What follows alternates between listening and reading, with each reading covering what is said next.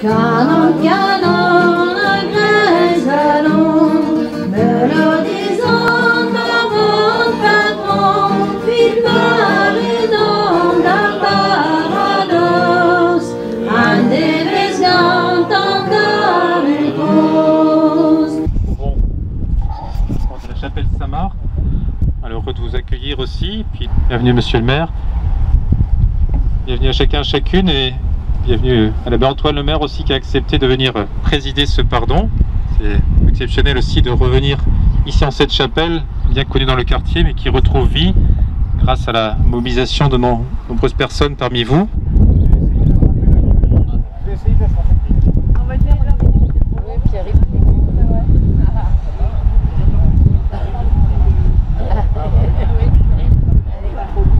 C'est devenu nombreux. Merci. Merci, monsieur le Rec. Nous allons maintenant aussi procéder à la bénédiction.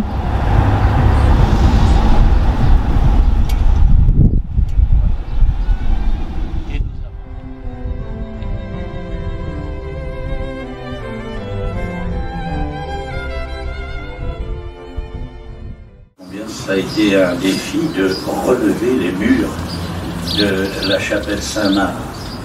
Et nous apprécions toujours ce travail de bénévolat, ce dévouement, ce temps qu'il faut prendre pour une œuvre comme celle-ci, restaurée complètement.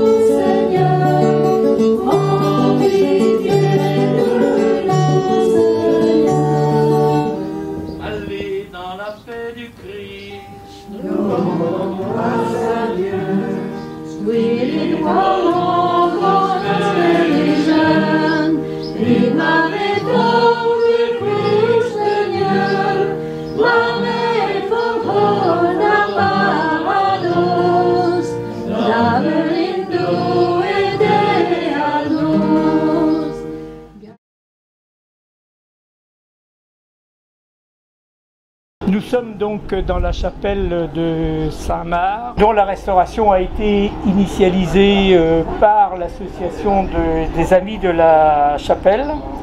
Aujourd'hui, donc, nous sommes le 3 juillet. Une première messe vient d'être célébrée dans cette chapelle depuis donc, sa rénovation. Nous avons rassemblé ici les piliers de l'association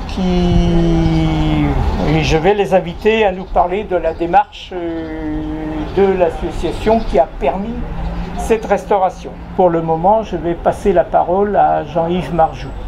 Alors Jean-Yves, nous commençons par vous car vous êtes l'historien local et par ailleurs vous êtes le secrétaire de l'association. Quelles ont été les grandes étapes de la vie de cette chapelle jusqu'à la décision de la rénover? Alors, les débuts de cette chapelle sont nébuleux, hein. Ils se perdent dans l'ancien temps.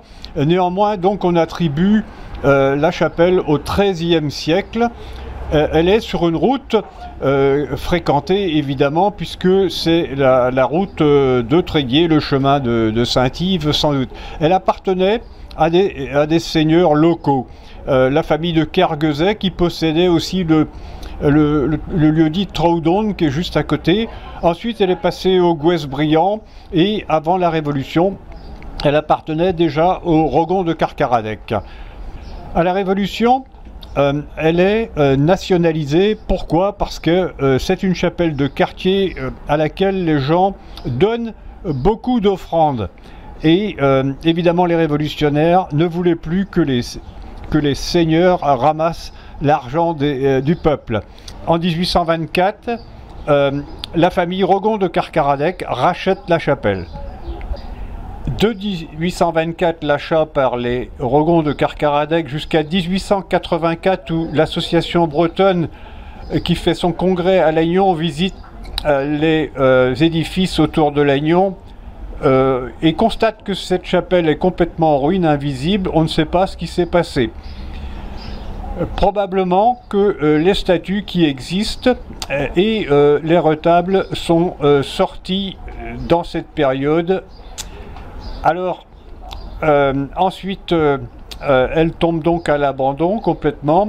On passe au XXe siècle où, en 1959, l'abbé Bourdelès, Pierre Bourdelès, avec les Breuers an der Wand, débroussaille la chapelle. À cette occasion, l'abbé Louis Michel fait des photos qui nous sont restées et qui attestent déjà des ruines. La hauteur des murs à certains endroits ne dépasse pas 1 mètre.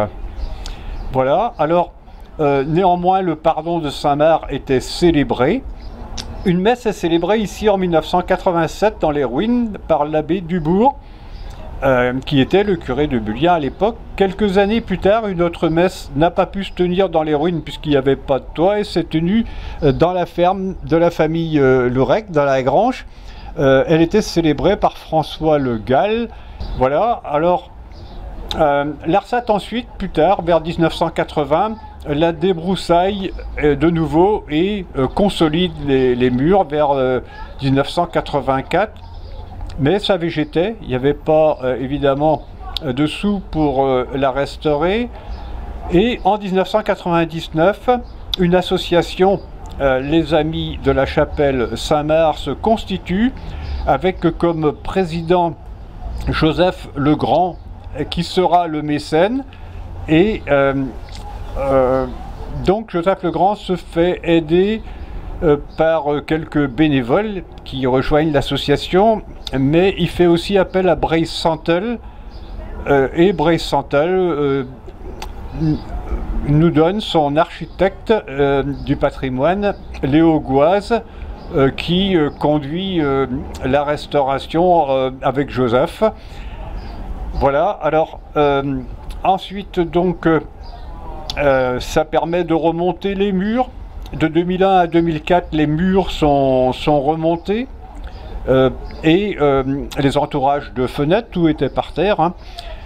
Et puis en 2010, une couverture est réalisée en chêne, une charpente à l'ancienne et des ardoises bretonnes. Puis en 2018, le clocher est réalisé. Et vers 2020, donc des vitraux sont mis en place par la ruche artistique, mais les vitraux, eux, sont payés par la fondation Langlois. Enfin, les retables sont mis en place en 2021 et vous avez la joie de les inaugurer aujourd'hui avec la messe qui vient d'être célébrée. Alors, dans l'association, le président change en 2011. Et le nouveau président, Yves Le Lourec, va maintenant prendre la parole. Yves Le Lourec, donc vous êtes l'actuel président de l'association. Que va-t-il se passer maintenant dans la chapelle? Effectivement, on va déjà commencer par la journée du patrimoine où la chapelle sera ouverte et on pourra la visiter. Ensuite, tous les ans, on envisage de faire la fête de Saint-Marc, si on trouve assez de bénévoles et de partisans. Et on fera autre chose que la messe, peut-être ce sera des activités ou des jeux autour de... C'est une date qui est à retenir, c'est le 25 avril de chaque année. Donc on ferait ça le dimanche le plus près du 25 avril.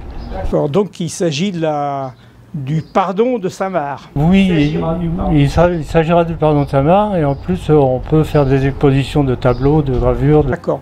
Par ailleurs, je crois savoir également que vous souhaitez toujours faire, vous avez d'autres travaux à réaliser sur la chapelle et donc à quelle échéance et dans quelles conditions voyez-vous ça? Il nous reste à faire les joints des dallages et beaucoup de travaux, refaire l'estrade qui est en mauvais état. C'est vrai qu'on a heureusement le soutien de Joseph Legrand parce que malgré qu'il n'est plus président, il nous aide quand même et il se donne au maximum. Et voilà, les travaux, ce sont des travaux mineurs qui en restent par rapport à ce qu'ils ont fait le plus gros travaux. Et j'ai retenu également que la vente du livre de Joseph Legrand qui a lieu, enfin aujourd'hui et qui se poursuivra bien sûr, et donc les bénéfices iront également à l'association. Je suis très heureux de voir le livre qui est sorti parce que de toute façon il était temps de le faire parce que et les personnes originaires de Saint-Marc diminuent quand même, on ne reste plus grand monde. Et puis je pense que même ça peut servir aux descendants, aux enfants, aux petits-enfants, de voir la vie qu'avaient les parents ou les grands-parents à cette époque-là. Parce que le livre retrace l'histoire du quartier depuis une longue période. Ce n'est pas uniquement, le livre ne parle pas uniquement de la Restauration, mais de l'histoire du quartier de Saint-Marc, au temps où c'était une petite communauté également. Oui, on se connaissait tous dans le quartier de Saint-Marc. De toute façon, il y avait de la solidarité à l'époque entre les agriculteurs et les ouvriers qui n'avaient pas beaucoup de moyens.